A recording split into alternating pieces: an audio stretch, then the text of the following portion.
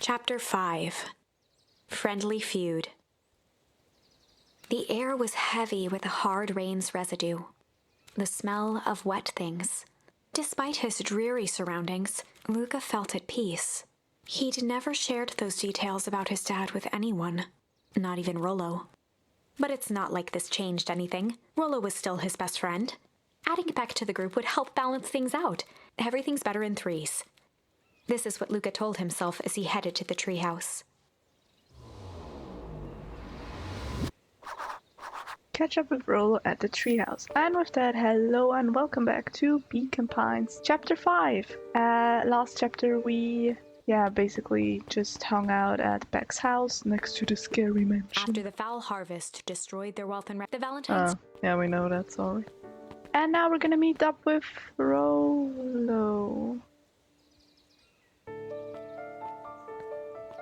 Oh, the music is so nice though. What are you doing here now? Although I gotta say, thank you for not scaring me this time. Appreciate it. Hey Dawn, tracking down a lead. You bet. I heard a juicy new rumor. Aw, tell me. Turns out when Sharper Valentine died, he left behind a peculiar lost will and testament. Peculiar? How? He didn't just give his kids an inheritance. There were conditions. Like what? The documents stipulated that Heres had to take on a child as her ward. A kid our age, who just showed up to town one night with a lawyer. Solomon? Bingo! Solomon is not a Valentine? So Heres was forced to take care of him? Yep, or she would have lost everything. Why would Sharper care so much about some random kid? Rumor has it, old Sharper sowed some wild oats. That explains the way Heres treats him. Poor Solomon. How did you find all of this out? A good reporter never reveals her source, Luca. But I kinda wanna know, because how would you know about some testament? I mean, that's just weird. Why are the mushrooms glowing? Should we go up? I shouldn't, right? I shouldn't. I'd better not dilly-dally. Gotta go to the treehouse. Yeah, you're just scared. But I'm okay with that. Why is this? No, treehouse, my god. Let's not get into something weird now. Shouldn't do that anymore. Just straight to the treehouse, no weird stuff. Still reading. Hello, I would like myself some foreshadowing, please. He met his old friend Ice, and was greeted with nothing but ice-cold anger. Heavens, this is no time for fractured friendships. Rollo's gonna be angry. Excuse me, what are you doing? Just looking up for the night, sir. Oh, wonderful. I can only assume this means all festival preparations have been completed ahead of schedule. Not exactly, sir. The storm has set us back a bit, and it's getting late, so we all decided to. You all decided? Yes, sir. I was unaware that your job involved deciding things. We are all here at Perennial Harvest because we believe in creating a better future, yes. Yes, sir, very much, sir. Do you want to be the one to tell this town that we failed them? No. That we gave up because there was a little rainstorm and we all got sleepy? Of course not, sir. Good, then it's decided. Yes, sir, we'll work till the task is done. See that you do. Our harvest awaits. I can't go in there, that's weird. Let's go to the treehouse and let's hope he is not mad. I mean, he is, because foreshadowing is always. Yeah. Rollo, are you still up there? I'm sorry, Rollo isn't accepting visitors at the moment. come back, never. Luca had only ever heard him speak in this stiff yet gentle tone a few times, and it always meant one thing. You're upset. Oh, what makes you say that?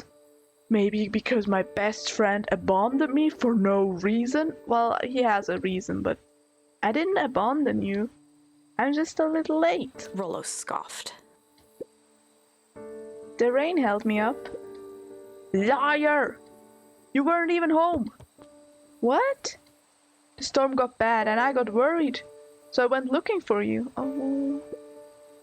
Imagine my surprise when I made it to your house and you weren't there. I hadn't made it back yet. I'm not a fool, Luca. Doesn't take all day to deliver some jam. No, that storm rolled in out of nowhere, and I got stuck after dinner at Beck's. Luca stumbled on his words, knowing he'd said too much. Beck? Dinner? What the hell is a Beck? She's a new kid in town. She's actually kinda cool. You'd like her. She needed help convincing her parents that she'd made new friends. New friends? I spent all day waiting for you, and you were off making new friends? It's not like that, Rollo. You know. While I was waiting, I made some upgrades to mission control. It was gonna be a surprise, but you took so long, the storm knocked it all down. Just like you knocked down our friendship. What does that even mean? Luca became instinctively angry in response. Both boys were now shouting across the distance. It means you're a bad friend. You don't care about me. Of course I care, you ass. I knew I'd get in trouble waiting so late for you. But I kept my word, 'cause that's what friends do. Oh, wow, what a noble sacrifice you made. Easy for you to say. Your grand doesn't even care. You can stay out as long as you want. And you wouldn't even get in trouble. Seriously? You're acting like I chose this? If that's what you think, then maybe you're the bad friend. Rollo's tone changed to a calm, yet more intense anger. Maybe Pa is right. Storms bring more than water. This one brought out the real Luca. Stop quoting your pa's nonsense like it means anything. Yeah, well, at least my pa is still around. The words hung in the cold night air. Rollo's stomach dropped, knowing he'd crossed a line. But it was too late. Luca, Good night, Rollo. Dang it. Yeah, that didn't go so smooth. Oh, we're home. Oh, yeah, I think we go to bed. If Rollo thinks I'm still going to the festival with him, he can shove it.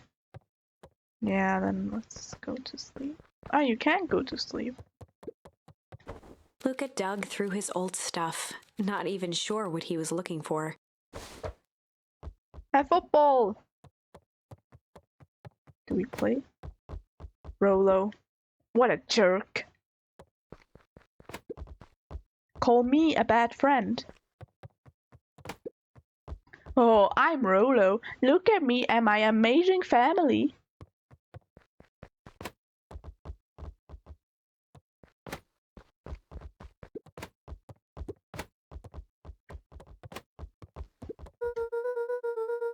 I guess I'm just never supposed to make new friends. Oh, Luca. Gran cooed gently from the hallway. You slept straight through breakfast. Luca, are you alright? I'm fine. Just don't feel like getting up yet. Okay, I'll leave this oatmeal by the door. I've gotta run out and take care of some things. Okay. I'll be back later to check in.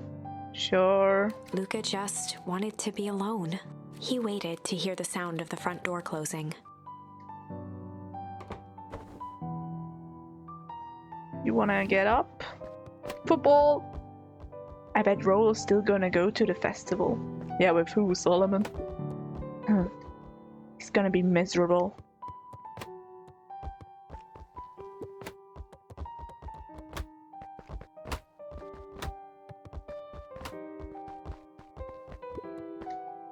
Luca dozed off again. Oh no, I wanted. Oh. Luca, I see you didn't eat your oatmeal. Wasn't hungry. Well, just in case you get hungry, I'll leave a sandwich here too. Thanks. Rollo came by. What did he say? He wanted to talk to you. What did you say? I told him you weren't feeling well. Good. So your plan is just sit in your room all day? Pretty much. Well, I need to pop away again for a minute.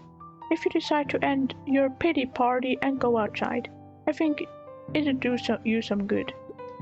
Noted. Luca still couldn't bring himself to go out. Besides, if he ran into Rollo, he'd have to actually confront the situation. Yeah, but I think at some point you have to do this anyway. Football! There's never anything interesting at the festival anyway. Football? Alright. Ah.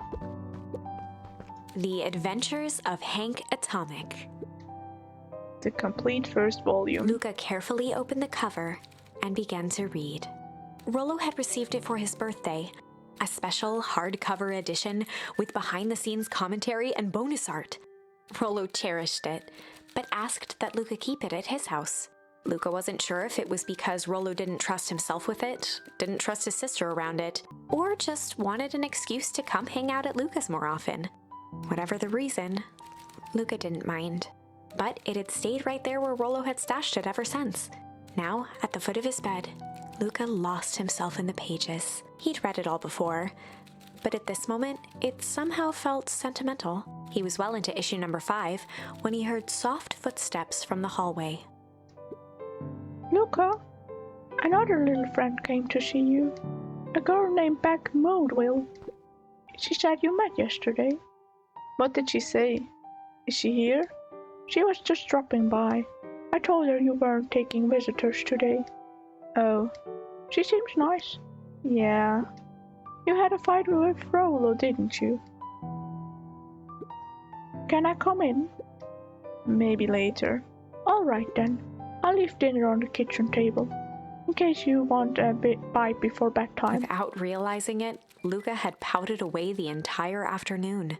He once again felt the weight of it all, and allowed his weary eyes to close.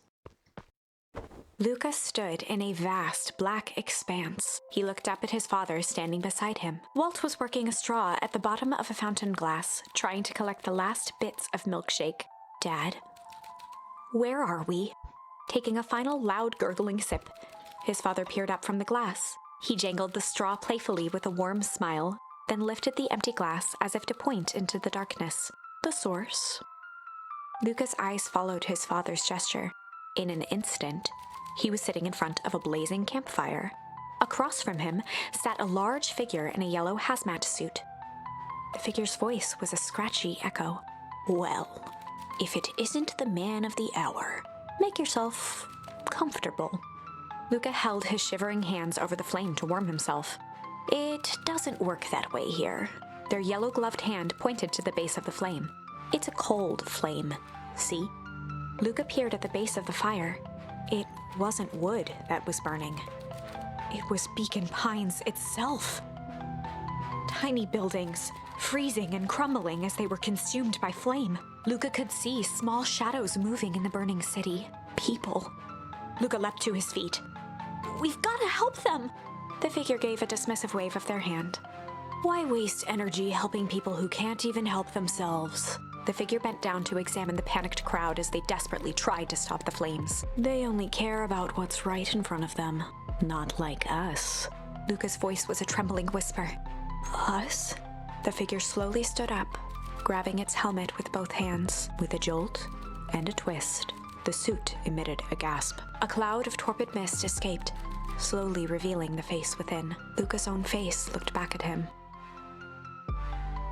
What? Older, worn, distant. The sensation was oddly familiar, as if he'd caught his own reflection by surprise in the mirror. The doppelganger smiled. I tried to help once. He gestured towards his face. And all it got me was this. Luca staggered back. You aren't me. Luca felt a hand catch his shoulder. His father was there again, beside him. Every choice sets us on a path. This is the end of one of your paths, son. Luca watched his older self shake its head ruefully, its face twisting into a cruel grin. Welp, Dad, if you wanted him to see this, far be it from me to disappoint. Luca watched in shock as the figure took a confident step forward and plunged into the flames. In a flash of cold light, he was gone. What does all of this mean? Luca felt a reassuring squeeze on his shoulder. Just remember, why we choose matters just as much as what we choose. Luca woke up to see a hazy figure at the foot of his bed, silhouetted in the morning sun. Mom? No, dear. It's only Gran. Luca rubbed his eyes. What a dream that— oh my god, so weird. I don't even— The kind, concerned face of his Gran came into focus. How are you feeling? Fine. Anything you want to talk about? I don't feel like talking. That's just as well. How about you sit there and listen a bit? Whatever you and Rolla thought about doesn't matter. But Gran silenced Luca with a gentle pat on the leg. Fights between friends happen. What was said doesn't matter. The important thing is that it's not the last thing you ever say to each other. But he said stuff about Dad. Well, do you think he meant it? No. He was just mad. And did you mean any of the things you said to him? No. Good. One must appreciate friends in their best moments and accept them in their worst. Now get your little butt out of the bed. The festival's today. You don't want to miss that, do you? I guess not. Seems like a good opportunity to make amends with Rollo, doesn't it? Luca gave a reluctant nod. So buy him a corn dog and apologize. But he's the one that— What did I just say? Buy him a corn dog. That's a good boy. Everything's better with corn dogs. I need to get going now. Got some last minute festival business to take care of. I'll come find you at the fountain a little after lunch. All right. I love you, Luca. Love you too. Luca took a deep breath. Okay. Chapter 6. So yeah, that was chapter 5. We were at home for most of the chapter and not really weird stuff happened. Well, in the dream, yes. And yeah, the festival's today apparently. And I'll guess we will see. I mean, he's gonna apologize, obviously. I feel like Rollo's going to apologize anyways as well. But we're gonna fix that friendship in the next video. And I hope you all enjoyed it today and see you all in the next video. Goodbye.